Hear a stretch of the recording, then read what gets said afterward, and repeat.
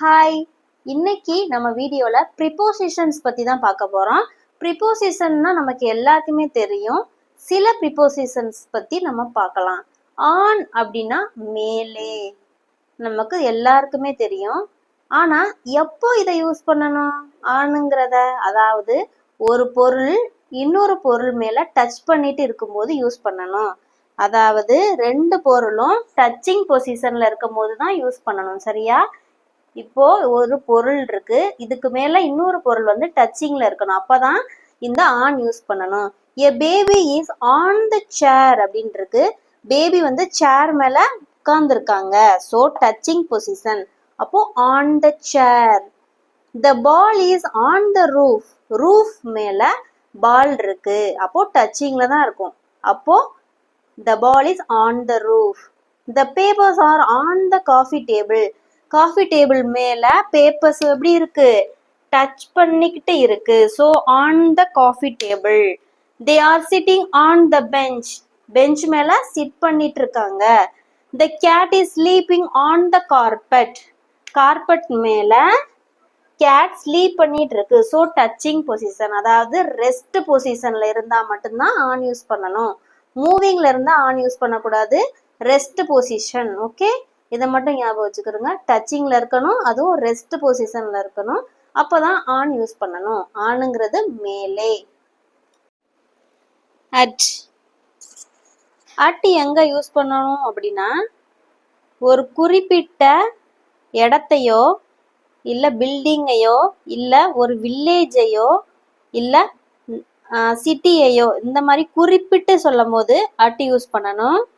At சிவம் நகர். இது ஒரு ஸ்ட்ரீட்டா, அந்த ஸ்ட்ரீட்டை குறிப்பிட்டு சொல்றாங்க. அட்டுனா இல், சிவம் நகரில் அப்படின்னு ஏதாவது ஒரு, நான் இந்த தெருவில் வசிக்கிறேன் அப்படின்னு சொல்றீங்களா, அட் சிவம் நகரில் அப்படின்னு சொல்லலாம்.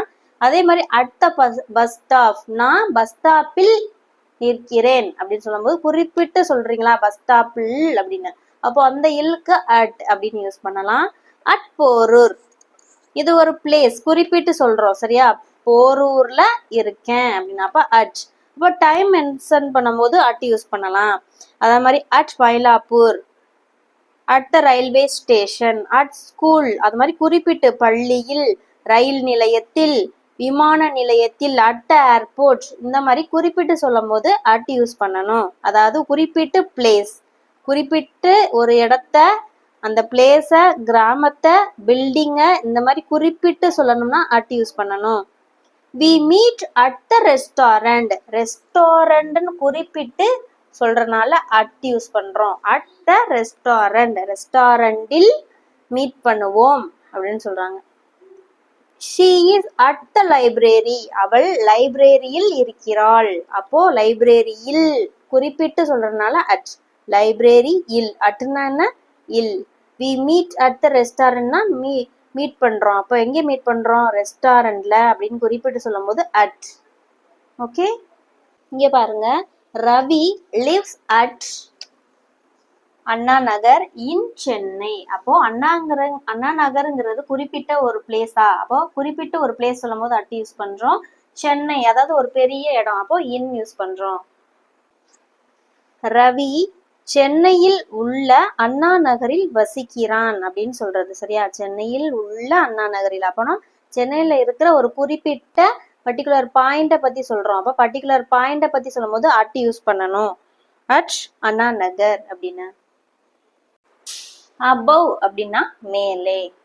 ஆன்னாலும் மேலதான், அபவ்னாலும் மேலதான். ஆனா என்ன டிஃபரன்ஸ் அப்படின்னு பாருங்க. ஆன்னா ஒரு பொருள் மேல இன்னொரு பொருள் டச்சிங்ல இருக்கும், இது டச்சிங்ல இருக்காது, கேப் இருக்கு பாருங்க. அப்போ இப்படி கேப் இருக்கும் போது நம்ம என்ன சொல்லணும்? அபவ் அப்படிங்கிற வேர்டை யூஸ் பண்ணணும். The paintings is above the window. விண்டோக்கு மேல என்ன பண்ணிருக்காங்க? பெயிண்டிங். ஓகேவா? பெயிண்டிங் விண்டோக்கு மேல இருக்கு அப்படின்னு சொல்றாங்க. ஒரு விண்டோ இருக்கு, அதுக்கு மேல என்ன இருக்கு? பெயிண்டிங். அப்போ above the window. The banner Hanks above the stage. ஸ்டேஜுக்கு மேல என்ன இருக்கு? பேனர். ஓகேவா?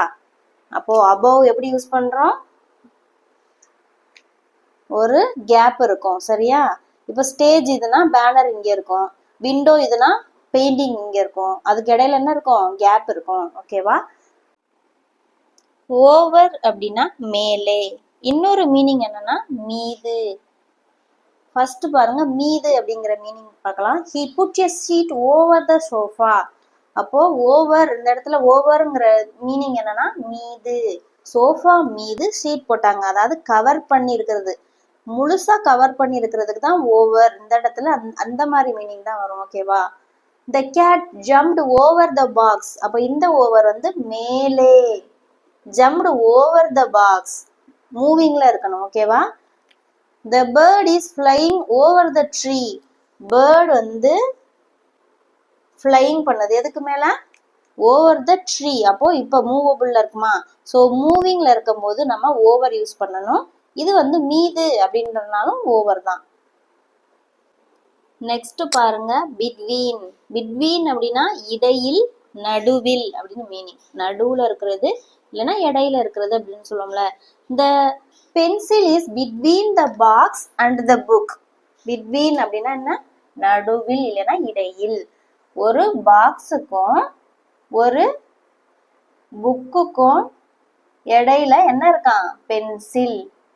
So the pencil is between the box and the book. இப்படிதான் இருக்கும் அந்த இமேஜ். ஓகே, நம்மளா இமேஜினரி பண்ணிக்கணும். April is between March and May. ஏப்ரல்ங்கிற மந்த் மார்ச்சுக்கும் மேக்கும் பிட்வீன்ல இருக்கு. ஸோ நடுவுல இருக்கு, இடையில் இருக்கு. March, April, May. புரிஞ்சுச்சா? பிட்வீன் அப்படின்னா நடுவில்.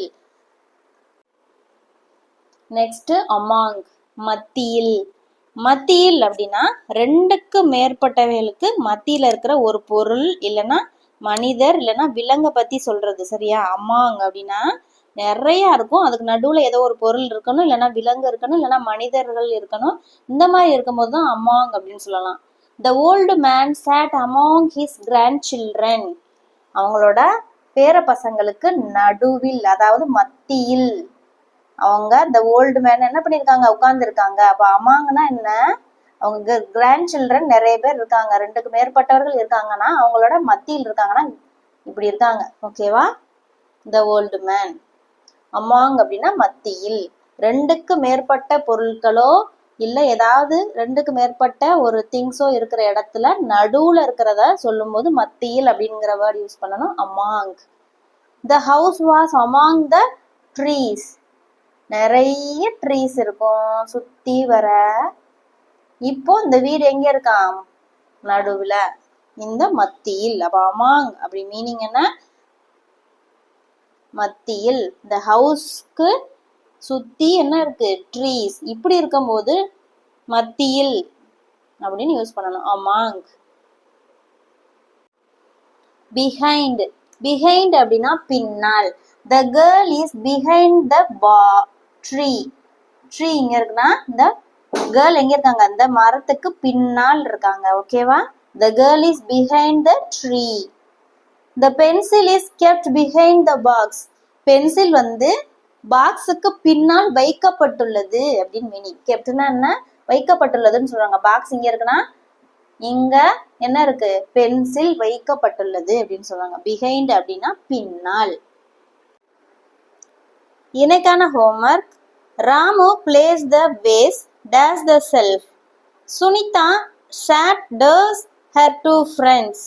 The bike is parked dash the building. The blanket is dash the bed. இதற்கான விடையை கமெண்ட் பண்ணுங்க. இந்த வீடியோ பிடிச்சிருந்தா மறக்காம லைக் பண்ணிருங்க. தேங்க்யூ.